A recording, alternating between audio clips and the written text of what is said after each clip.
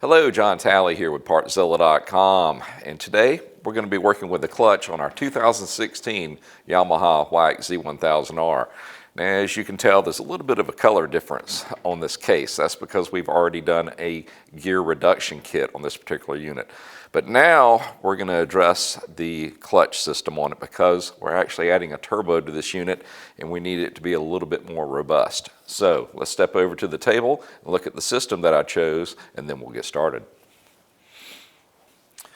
All right, the one that I went with is a GYTR kit, and this one with a standard shift, which is what we have, has about 25% more grab, or can handle 25% more power. And that's really going to come in handy when we start cranking up the boost on this particular unit. Now, this particular part number has these different pieces, but you'll also need to order the necessary plates and the fiber disc as well. Now, you need to order 13 of the fibers and 12 of the metal, and don't forget your gasket on the outside. Well, now that we've got our parts assembled, let's open up that side cover and go ahead and get this project finished.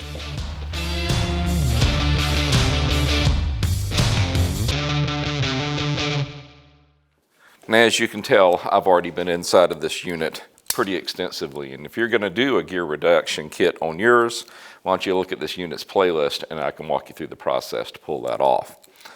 Now, the outer cover is just held in place by several 8mm head bolts, but you want to take notice the three at the bottom have copper washers, so just take note of where those come out so you can get them back in the right place.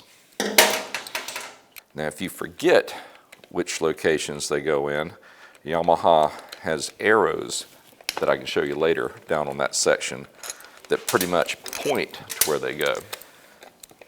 I believe this next one I'm doing is one of the three. Yep.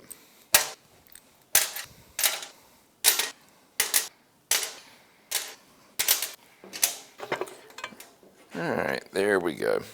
Now guys, granted I'm doing this on the table and the unit doesn't have any oil in it.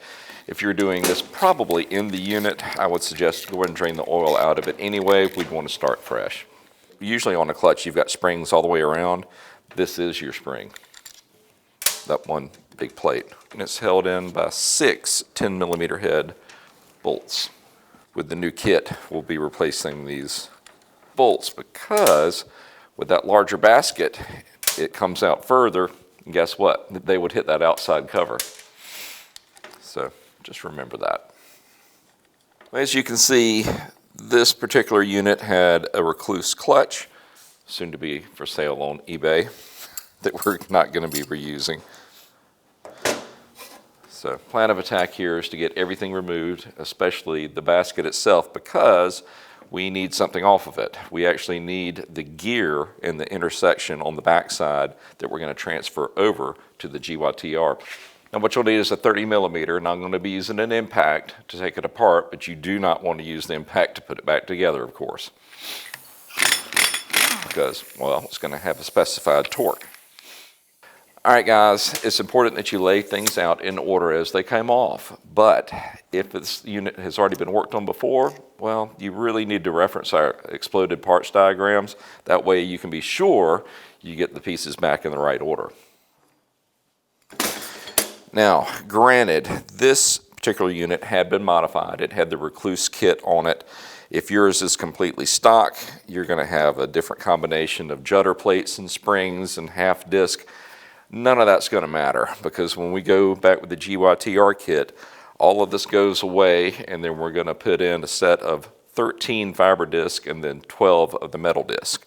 So whatever you had in here, it's really not important at this stage of the game, because what we're after is that ring right back there, as well as that washer. All right. I'm just inspecting all of these to make sure they're good to go. I believe so. All right, guys, while we're prepping everything and getting it ready, now would be a good time to go ahead and soak the fiber disc. A good 15-20 minutes should do it. And you can just use standard oil for this, nothing special. We just want to make sure that those fibers are all well permeated with oil before they get put into use. All right, guys, while those are soaking, we will dive in to remove this outer gear. Now, there's a couple of different ways you can do this. You can put it on a drill press and drill each one of them out.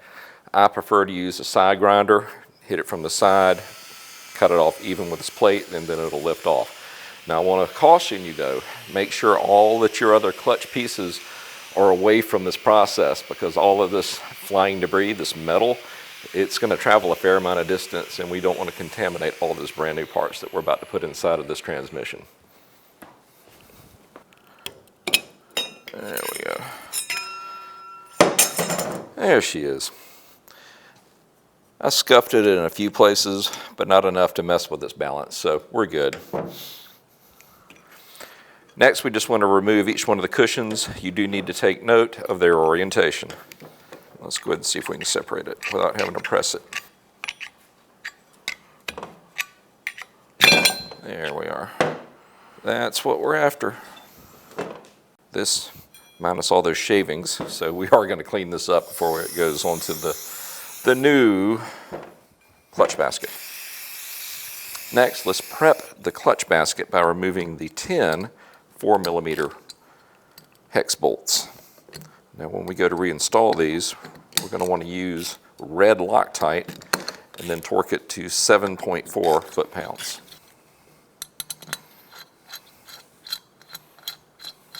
Now, notice, of course, that these are beveled edges, so that's the side that's going to be facing out. Don't reverse it.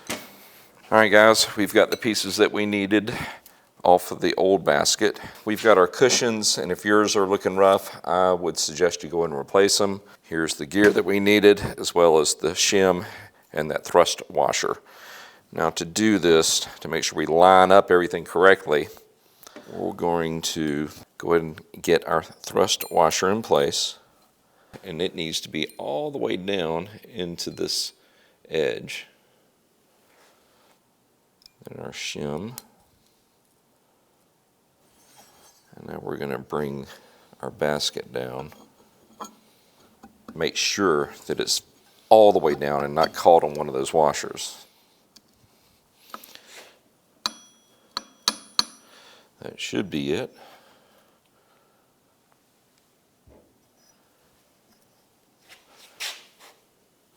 Now you'll notice that it's going to be sitting a little bit high, but once we put on that rear plate, it's going to press that thrust washer in. But now we can go ahead and put in our cushions, and you want the lettering to be facing up. All right. Now we've got our hex bolts that came in the kit, our retaining plate. You want to add a little bit of red Loctite and then tighten them to 7.4 foot-pounds. And we're going to do this in a pattern, going alternating from one side to another until we get them all done.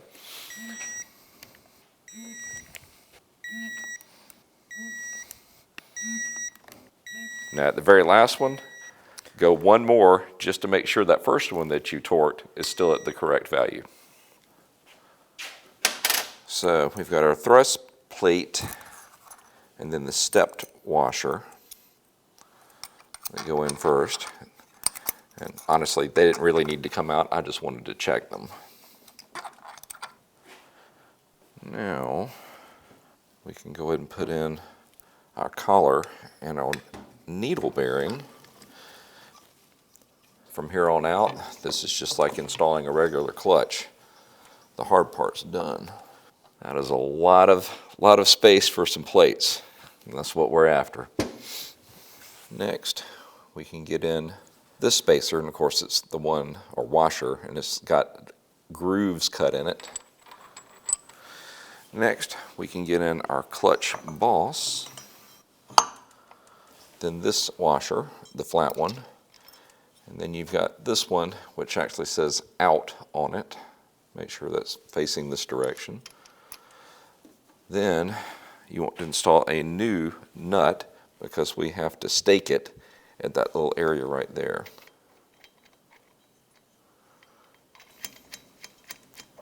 That's all looking good. We're at the correct depth. So now you're going to need a clutch boss holder, because like I said earlier, impact's great for taking it apart, but not the way you want to put it together. I think this Henson will fit on it. Yeah. And now we're going to torque that to 76 foot-pounds. Let's see if I ate my Wheaties this morning.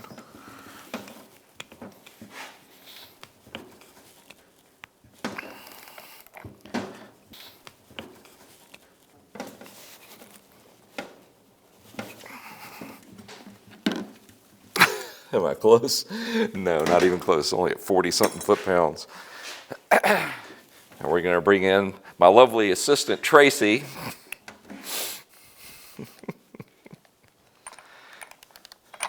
All right.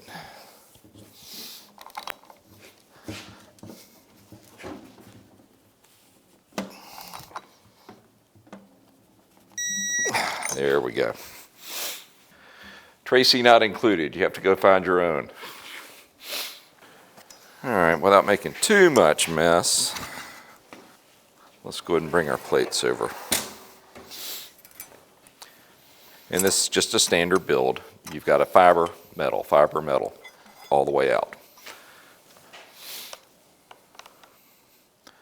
A much less complicated system that you can expect. When you engage it, it's going to engage hard. And it's not quite as user-friendly as the Rekluse setup, but I don't plan on treating this machine with kind gloves. I'm going to thrash it, and this clutch is going to be able to put up with it.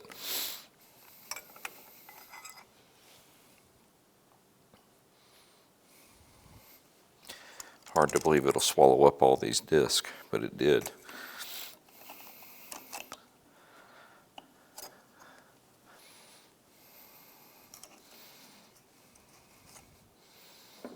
Now we just need to get in here and stake that nut to make sure it doesn't move.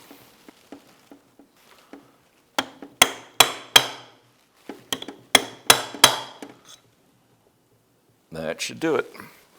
All right, important that you don't forget your pin right here. Otherwise, it's not going to work too well.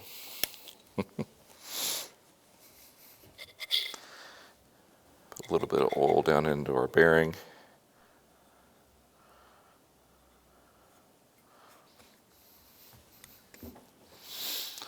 All right, let's close her up.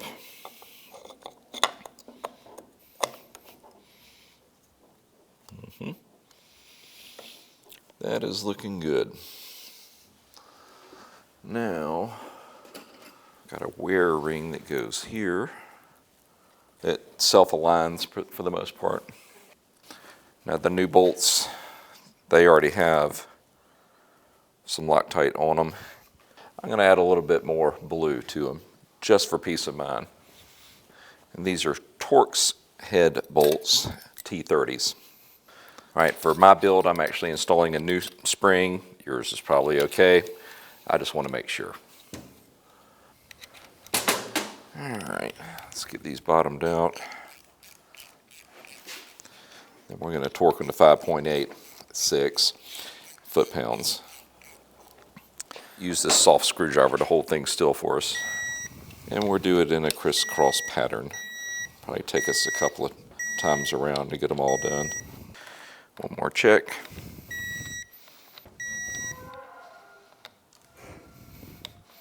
Just in case you were curious, all those dinosaur sounds you hear in the background, that's your parts getting shipped. That is a thing of beauty. I like it. Let's get that outer cover on. Not perfect, but better. Okay, our dowels are in place. Let's drop in our gasket.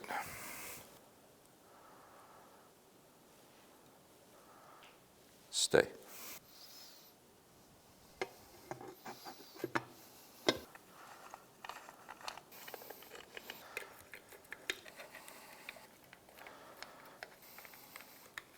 All right, guys, don't forget that your bottom three are going to have these little copper washers, and you can see the little arrows here, here, and here.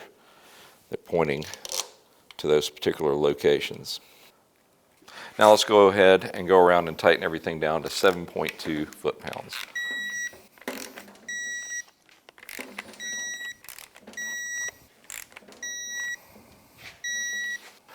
All right, guys, that's going to wrap up the actual installation of the clutch kit. But there's still one more thing you have to do. The machine needs to be told where the clutch engagement point is going to be set. And the only way you can do that is if you use the YDS system, which is proprietary to Yamaha. So unfortunately, you're going to have to take it to the dealership to have them do this. Now me, I've still got a whole lot more work to do. So if you want to watch that happen, you may want to subscribe to our channel. That way you can keep up with, well, the progress that we're going to make on this particular unit. Well, listen, if you need any parts for your machine, why don't you come see us at Partzilla.com and we can get you taken care of.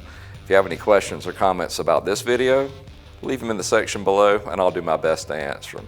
And hey, if you want to see me continue on this project, go ahead and hit that subscribe button. That way you'll be notified when we drop the next video. We just want to say thank you for shopping here with us at Partzilla, and we will see you in the next video. Y'all have a great day.